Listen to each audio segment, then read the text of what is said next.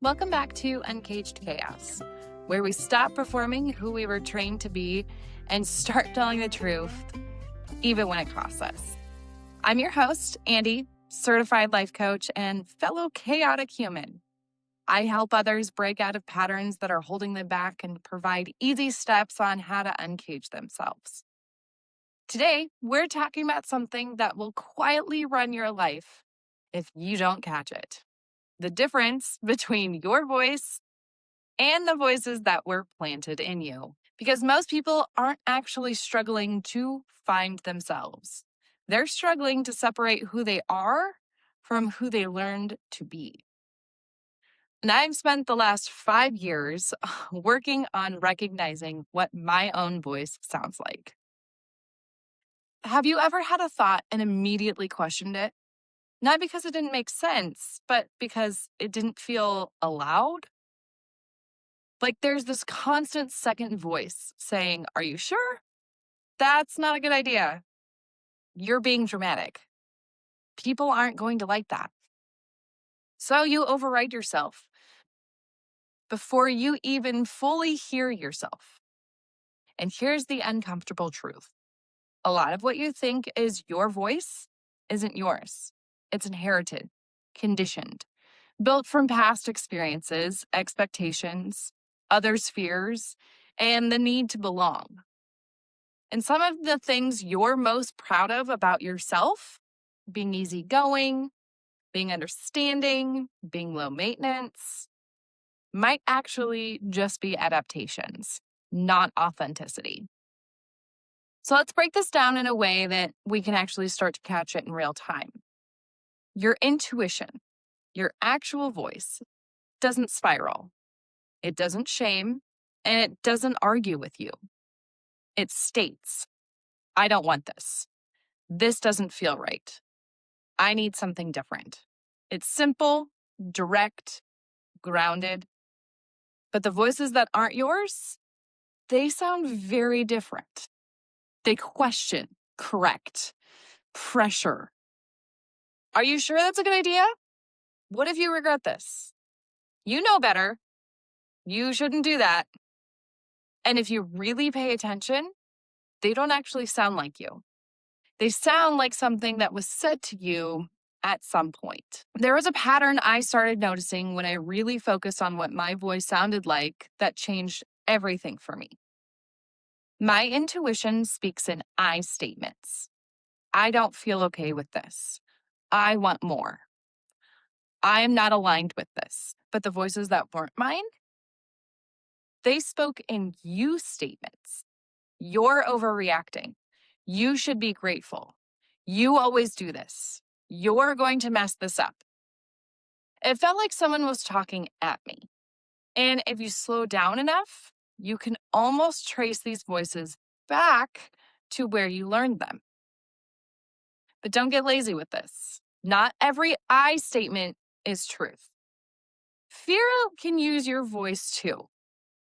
"I can't do this. I'm not ready. I should just stay where it's safe." So the real difference isn't just how it sounds, it's how it feels. Your intuition is always going to be calm, even when it's inconvenient, even when it's asking you to do something hard. But all the other voices, they are loud, urgent, repetitive.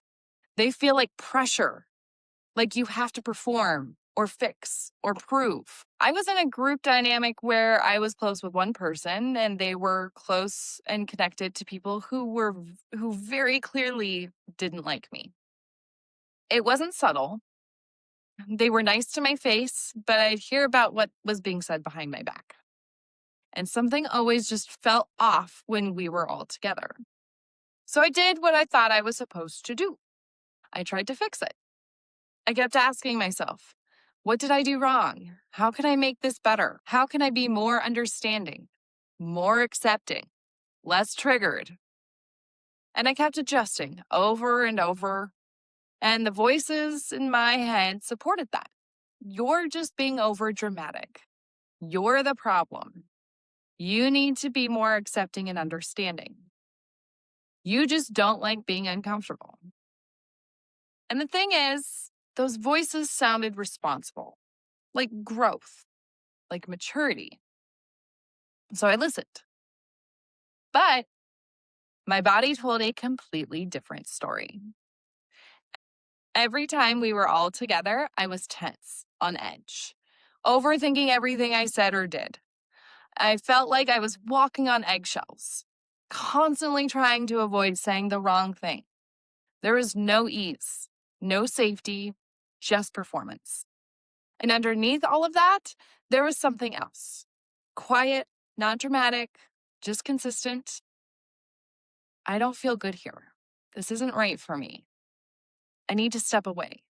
It didn't argue. It didn't try to prove anything. It just stayed consistent. I hit a point where I had to ask myself, am I actually being understanding, or am I abandoning myself to be accepted? And instead of trying to force everything to be okay or slap fake positivity over it, I chose something different. I don't feel safe in this dynamic. I don't need to keep proving myself here. I can walk away from this, and I will be okay if I do. Not, this is easy, this doesn't hurt, just truth and self-trust. And when I finally spoke my truth and removed myself from the environment, it wasn't dramatic or obnoxious. It was quiet. But almost immediately, I felt relief, like my body could finally exhale. I wasn't too much for that space. I was just finally unwilling to be less. That was the moment I realized something I can never unsee. Your intuition doesn't scream to be heard. It just waits for you to stop listening to everything else. So if you're trying to figure out which voice is yours, start here. Notice the language. Is it I or is it you? And notice the tone. Is it calm or does it feel urgent? And then ask yourself, who benefits from me believing this? Because your real voice, it doesn't abandon you. It tells you the truth and reminds you, I can handle this. I am capable. I've got myself. Now, this is the work. Unlearning the voices that were never yours and rebuilding trust with the one that is. And if this is something you're navigating right now, if you're realizing how much of your life has been shaped by voices that aren't actually you, but need help learning the difference in them, this is exactly the kind of work I do. And I go deep with my one-on-one clients, where we don't just talk about it, we actually identify the patterns, challenge them, and rebuild your internal authority in a way that sticks. You can find more about that through the link in my bio.